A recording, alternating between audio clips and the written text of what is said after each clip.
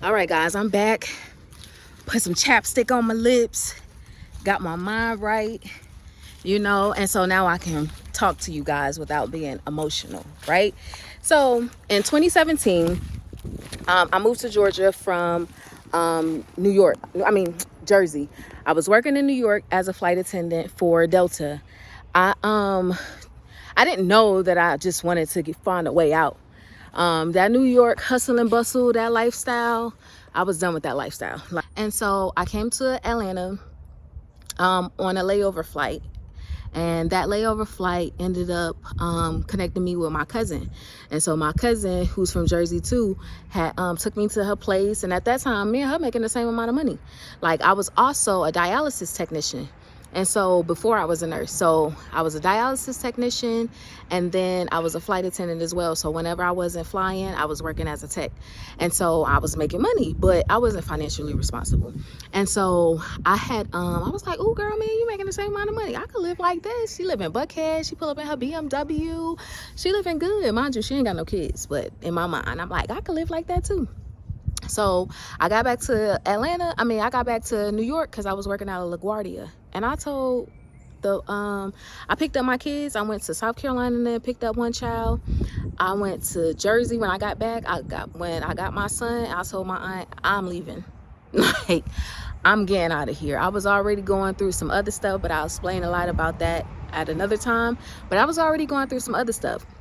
So I decided, you know what, I'm leaving. So I came to Atlanta. There in this neighborhood, it was a rental control neighborhood, or income restricted neighborhood, right, for low income. And so at this apartment, there was this little boy that used to play with my son. And so his sister one day came to the house and was like, they used to come home. Matter of fact, let me rewind a little bit. They used to come to my house. I mean, as soon as my kids come in the house, like, he knocking on my door. I'm like, why is he knocking on my door? So he's a year younger than my son. So when we first moved over there, he was probably about like 5. My son was 5 too, but my son was getting ready to turn 6. After school, and they used to like wait until after. I'm like, well, let my kids eat, let them get a snack or whatever, and then let them do their homework, and then after that I'll let them come outside. They was doing this for, like, I'm talking about years, y'all. Years. Until one day, I would say when my daughter got to about 4th grade, they were probably like 9-ish. She was like, what they doing? I was like, I know. She was like, can they come outside? And I was like, oh no, they gotta eat their snack, and then they gotta do their homework. And same routine, I always say. And so they're like, well, what they eating? And so I'm like, why, you want some? And she was like, yeah. And so I gave them some food. And she was like, so here it is. Now they eating at my table or whatever. Mind you, we in the hood, so it's different. Like, kids just come to your house, in your house, like in the hood. Ain't nobody gonna do nothing to your kids. You know what I'm saying? So it was not and most of the time the parents don't even know where their kids at anyway. So that's just what it is. And so she was like, yeah, so while she eating, she's like, yeah, we only eat when we at school or whatever, because when we come home, we don't got no food in the house, because my mama, she pregnant now. They had already like 2 brothers, so the mother had 4 kids, including those 2 that play with my kids, and then she had 2 more little small ones, and she was pregnant. And then it only went up to a 3-bedroom apartment, so they was probably living in a 3-bedroom, if that. I don't really know. And so she was like, my stepdad, he don't work, and then my mom's sister and her kids live there, so we don't ever have no food in the house. So when we come home, like, that's it. Like, sometimes we don't even eat, at night. And so that broke my heart. And so this church that I was attending had this food organization, and they had told me about this company or whatever called well, I'm not going to say their names because I don't want to give them no bad press. It was just my experience with them. So that's all I'm going to share. So this particular company, I called them. I told them, I asked them, what is the requirement in order to start, in order to join their organization to feed, the children. They told me you can't have a background. You got to have a clear background. You got to have like, really, that was a criminal record thing. And I'm a criminal. So I know I can. You know what I'm saying? Like, it intimidated me. Like, I never even found out what was the requirements, right? Because I'm not even, like, I'll tell y'all about that later. So I'm like, okay, well, cool. Well, can you guys come here because there's a need in my community and feed the children or whatever? So they're like, yeah. I gave them the address and they're like, oh, we can come out on such and such date on the next day. So I was like, okay, cool. So I made flyers, right? I put them by the mailbox. I asked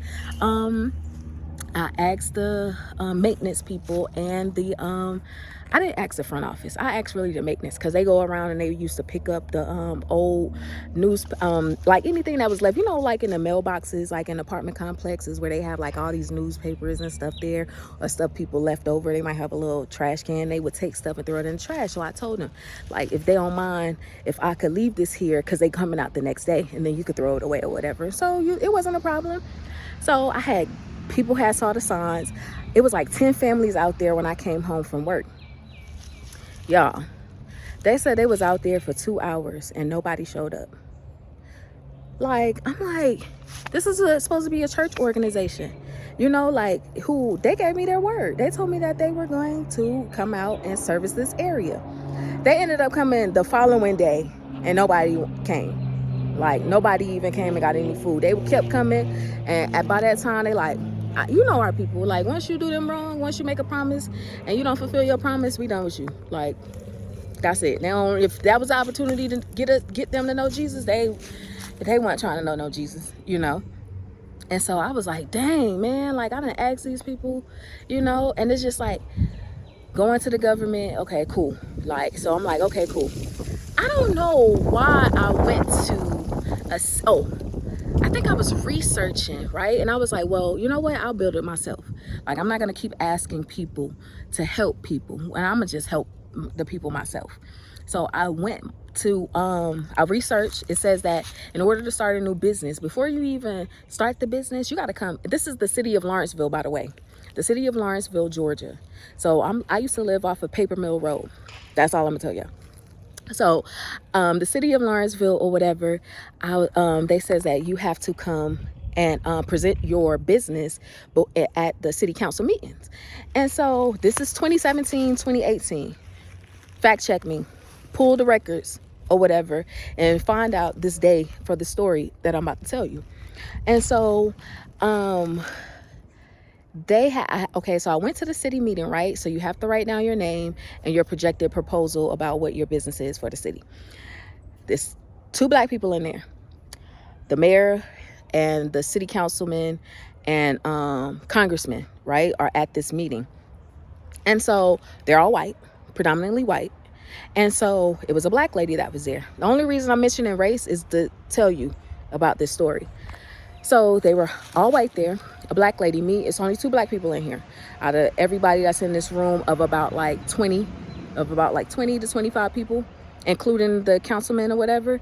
And so people, so the black lady stood up. That was before me.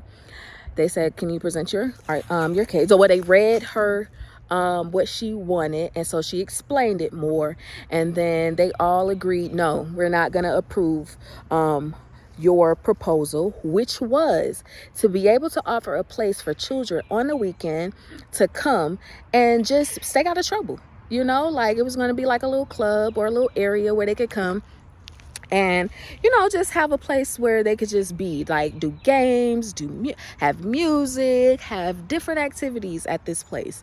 So they told her no.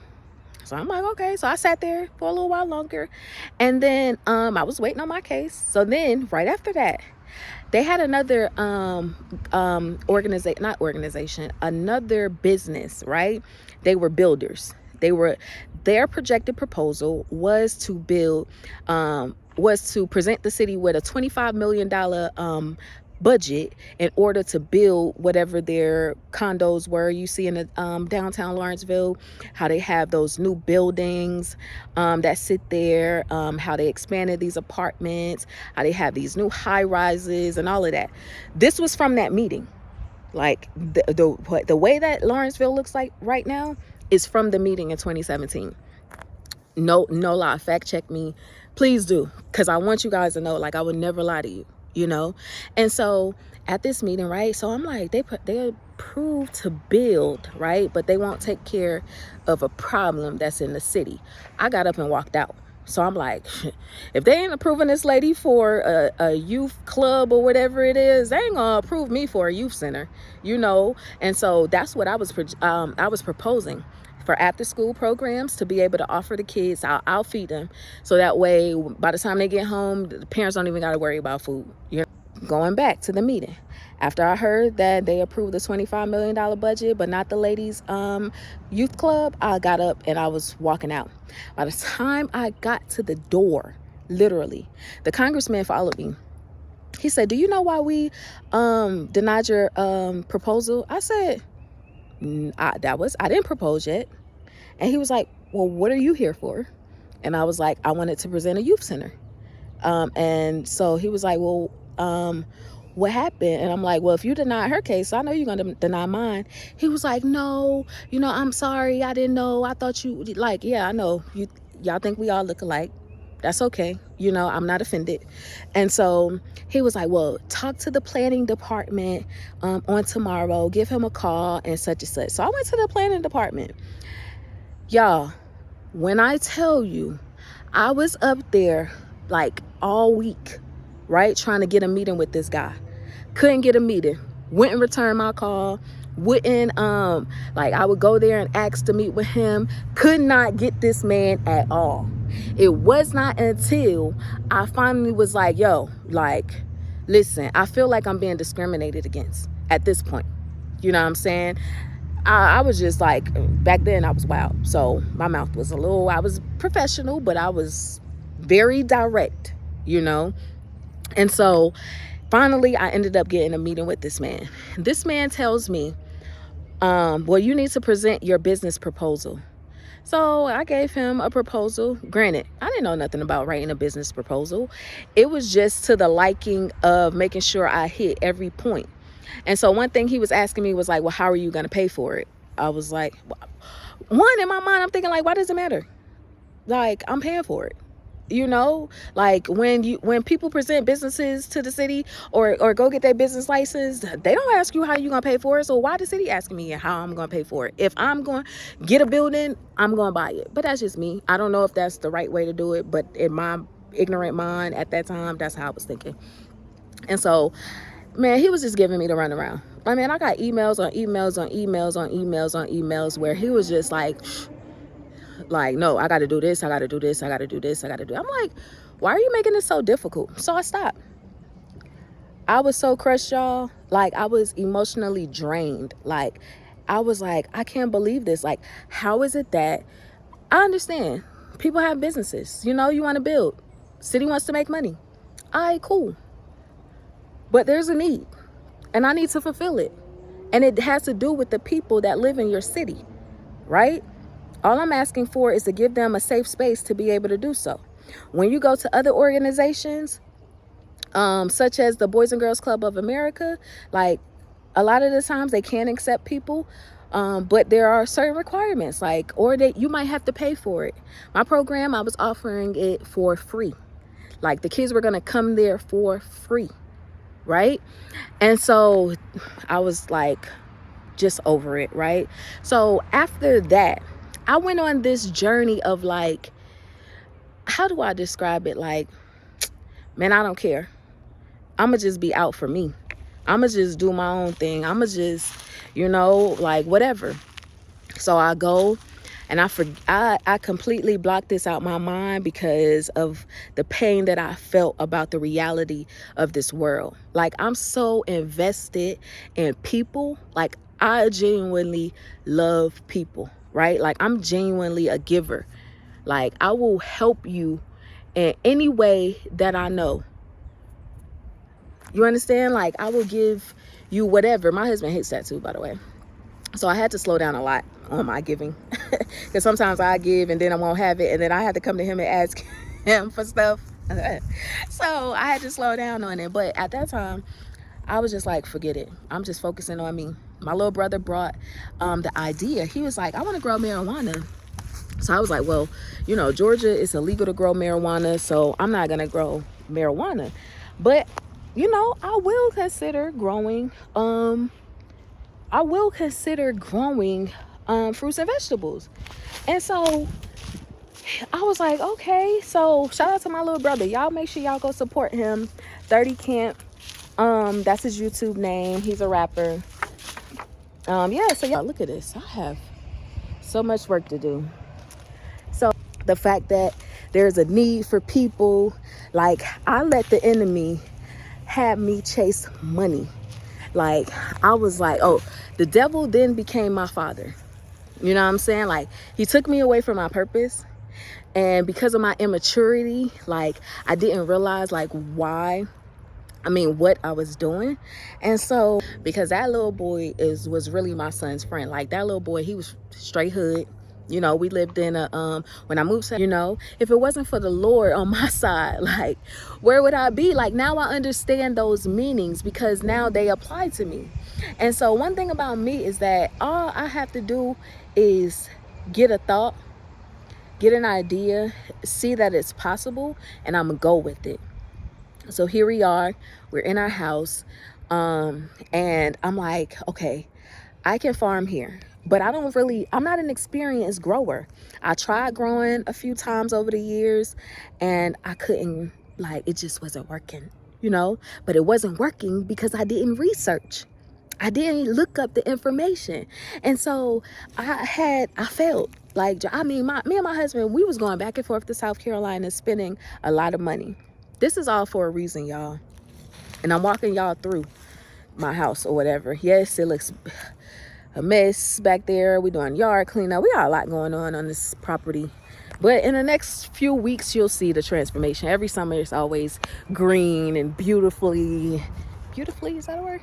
Or beautiful. And so we all, so what was I saying, y'all? Yeah, so I didn't know what I was doing. I didn't know about growing until finally one day while I was here, when we got here, a year after we moved here in 2022, before I quit my nursing job in 2022, I planted some potatoes, right? I didn't know nothing about potatoes. I didn't know nothing about organic soil.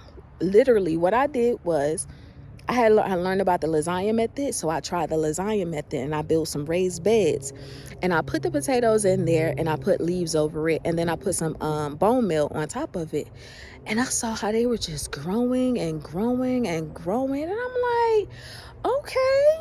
And then I added some okra, and they were growing 6 feet tall, and they were like yielding like hundreds of fruit on them, and I'm like, okay, like, this is good. Like, I could do this. Mind you, I'm not thinking about the youth center. I'm just thinking about growing, right? And so fast forward, I had started following Christ again, rededicated my life to the Lord.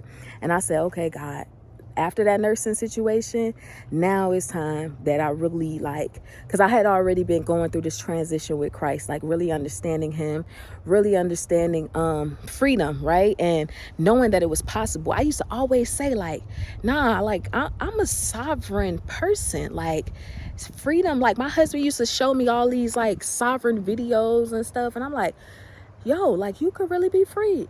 You know what I'm saying? Like, it's really people out here who are really free. And by free, I mean no taxes, no government involvement, no government utilities or government approved utilities or municipal whatever codes, and none of that. They just live free. So I was like, okay, like, I could do that, but I'm not wanting to rebel. Like, back then, okay, let me tell you, okay, my mentality then was to rebel. So when I'm looking at these videos, I'm like, yes,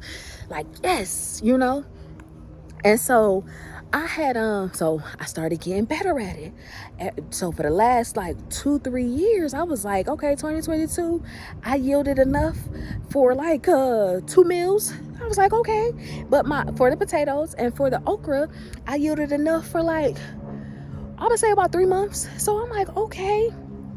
2023 comes, I do it again, but this time I got multiple raised beds. Okay, so I'm like, oh yes, like, so I'm yielding a lot more, right?